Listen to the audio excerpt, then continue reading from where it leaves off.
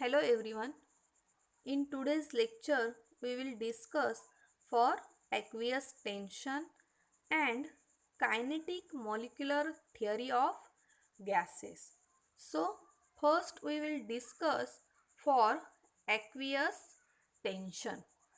You all know about vapor, gas vapor, okay, water vapor or uh, vapors of any other liquid substance. So what is vapor? Vapor is a gas which form above the surface of liquid water. Liquid, okay, is known as vapor. म्हणजे एखादा liquid substance असेल तर त्याच्या वरती जो space available आहे त्या स्पेसमध्ये ज्या व्हेपर्स फॉर्म होतात, जो गॅस फॉर्म होतो त्याला आपण व्हेपर असं म्हणतो. ओके, त्या लिक्विड सबस्टन्सचे व्हेपर असे म्हणतो. नाव what is vapour pressure? Simple आहे. त्या व्हेपर्सने जो एक्झर्ट केलेला प्रेशर असतो त्याला काय म्हणायचं? Vapour pressure. The pressure of the water vapour is non as its vapour pressure. Okay, suppose the liquid water is placed into a container and air above is pumped away and the container is sealed. जर समजा आपण एक container घेतलेला आहे आणि त्याच्यात काय केलं, लिक्विड वॉटर ठेवलं. ओके, आणि आता कंटेनरमध्ये जी स्पेस असणार आहे त्याच्यामध्ये काय असणार आहे? गॅस असणार आहे, बरोबर ना? गॅस मॉलिक्युल्स असणार आहेत. आपण काय केलं, ते सर्व गॅस मॉलिक्यूल पंप लावून काय केलं, रिमूव्ह करून टाकलं गॅस. फक्त लिक्विड वॉटर त्याच्यामध्ये प्लेस केलं आणि कंटेनर सील करून टाकलं.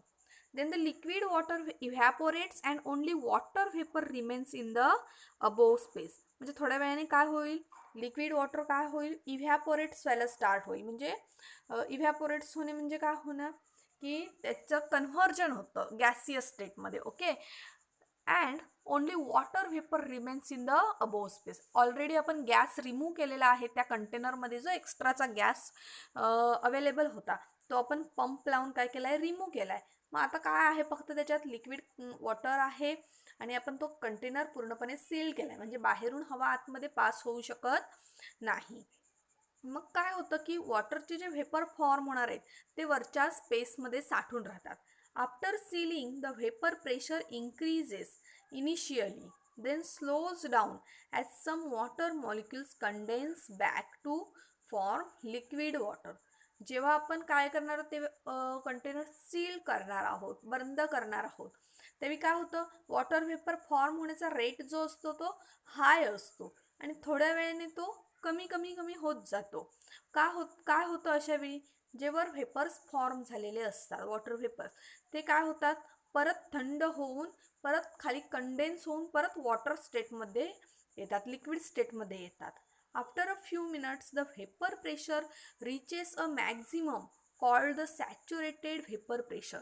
काही वेळाने काय होतं, जे व्हेपर प्रेशर आहे ते काय होतं, मॅक्झिमम होतं आणि त्याला काय म्हणायचं, सॅच्युरेटेड व्हेपर प्रेशर. काही वेळाने व्हेपर्स ज्या फॉर्म झालेल्या आहेत त्यांनी एक्झर्ट केलेला प्रेशर जो असतो तो काय असतो, मॅक्झिमम असतो आणि त्याला काय म्हणायचं, सॅच्युरेटेड व्हेपर प्रेशर असं म्हणायचं.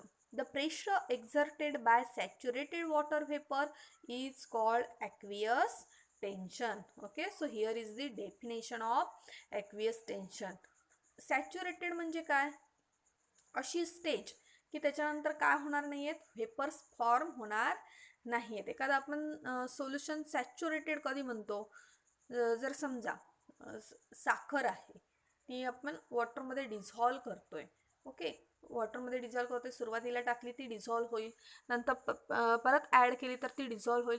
पण एक अशी स्टेज येईल की साखर काय होणार नाही, डिझॉल्व होणार नाही. मग सॅच्युरेटेड व्हेपर प्रेशर म्हणजे काय, द व्हेपर जे आहेत लिक्विडचे ते फॉर्म होऊन वर साचून राहतील आणि काय होईल, थोड्या वेळाने आता स्टॉप होतील, व्हेपर फॉर्म होण्याचं काय होईल, स्टॉप होईल. त्यावेळी अशा व्हेपरने जो एक्झर्ट केलेला प्रेशर आहे, सॅच्युरेटेड वॉटर व्हेपरने जो एक्झर्ट केलेला प्रेशर आहे तो काय असणार आहे, ॲक्वियस टेन्शन असणार आहे.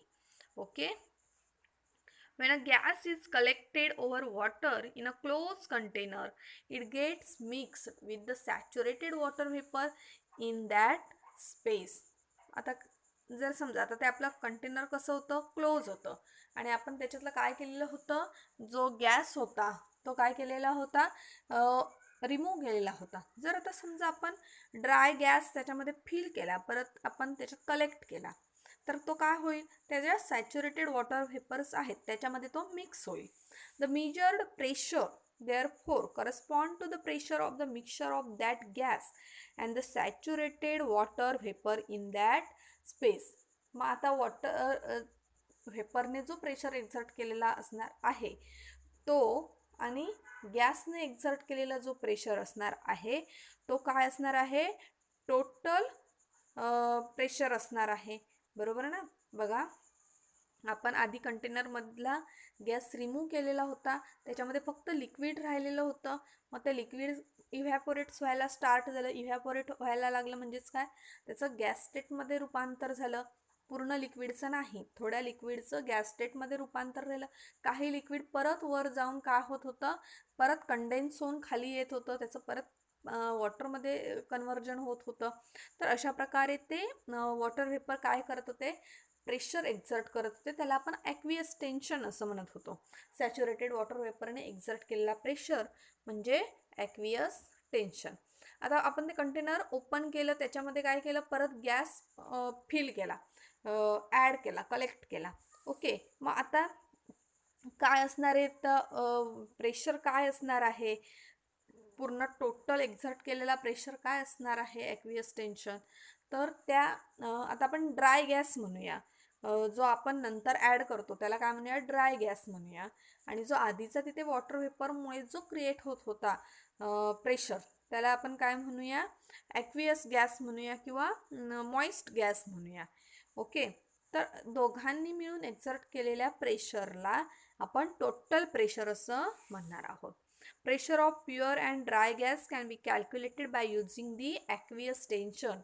It is obtained by subtracting the aqueous tension from total pressure of moist gas.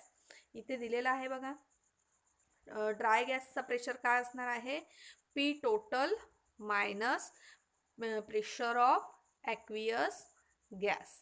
Okay, moist झालेला जो गॅस असणार आहे, वॉटर व्हेपरचा जो गॅस असणार आहे, त्याला आपण प्रेशर ऑफ ॲक्वियस गॅस किंवा ॲक्वियस टेन्शन असं म्हणतो. ओके, तर हे रिलेशन यूज करून तुम्ही काय करू शकता, ड्राय गॅसचा प्रेशर किती आहे ते काढू शकता. Okay, next, kinetic molecular theory of gases. The kinetic molecular theory of gases is a theoretical model put forth to explain the behavior of gases. गॅसेसचं बिहेवियर एक्सप्लेन करण्यासाठी KMT दिलेले आहे, kinetic molecular theory. Then assumptions of kinetic molecular theory of gases. First assumption is gases consist of tiny particles. म्हणजे gas is made up of very small particles or like molecules or atoms. Second postulate is or assumption is on an average gas molecules remain far apart from each other. You all know gas molecules are widely separated. It means gas molecules remain far apart from each other.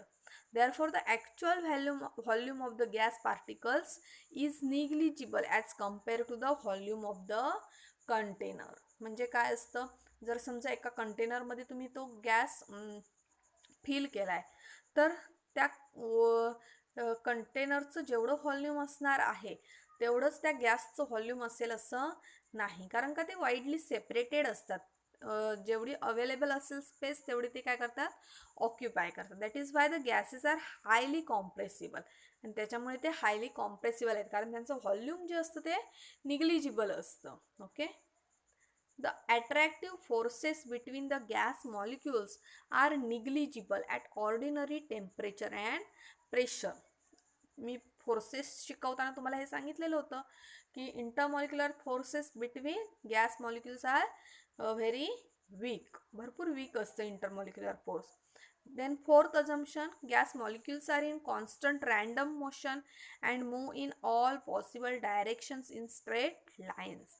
ते gas molecules जे असतात त्यांना कसं काय असते, motion असते आणि त्यामुळे सगळ्या डायरेक्शनमध्ये ते काय करतात, स्ट्रेट लाईनमध्ये मूव्ह होत असतात आणि ते मूव्ह होतात त्यामुळे काय होतात, कोलाइड होतात with each other and with the walls of the container. एकमेकांबरोबर कोलाइड होतातच पण वॉल ऑफ द कंटेनर, ज्या कंटेनरमध्ये ते फिल केलेले असणार आहेत त्या कंटेनरच्या वॉलला सुद्धा ते कोलाइड्स होतात.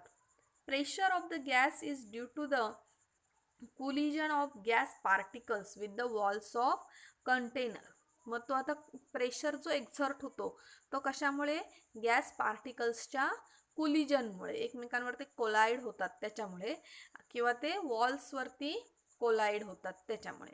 The collision of the gas molecules are perfectly elastic in nature, which means that the total energy of the gaseous particle remains unchanged after collision. म्हणजे त्यांची एनर्जी कमी होत नाही, जरी ते कोलाइड होत असले तरी त्या गॅस पार्टिकल्सची एनर्जी कशी असते, अनचेंज असते. जेवढी आधी एनर्जी होती तेवढीच एनर्जी त्यांची कोलिजन झाल्यानंतर सुद्धा तेवढीच एनर्जी असते. The different molecules of a gas move with different velocities at any instant and hence have different kinetic energy. प्रत्येक गॅस मॉलिक्युलची व्हेलॉसिटी काय असते, वेगवेगळी असते आणि त्याच्यामुळे त्यांना त्यांची कायनेटिक एनर्जी डिफरंट असते. But average kinetic energy of the gas molecule is directly proportional to the absolute temperature. म्हणजे कायनेटिक एनर्जी कोणावर डिपेंड असते, टेम्परेचरवर. जर तुम्ही टेम्परेचर इन्क्रीज केलात तर त्यांची कायनेटिक एनर्जी काय होणार आहे, मोशन इन्क्रीज होणार आहे, म्हणजे कायनेटिक एनर्जी इन्क्रीज होणार आहे, वाढणार आहे.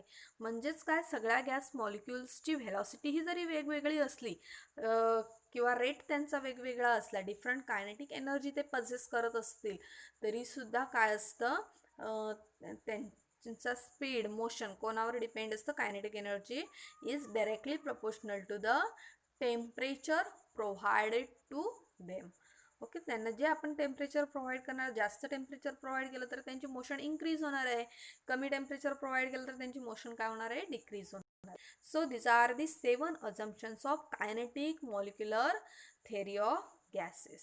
I hope you understand this concept, aqueous tension and kinetic molecular theory of gases. Write down the definition of aqueous tension in your notebook and also write down the all 7 assumptions of kinetic molecular theory of gases. Okay, thank you.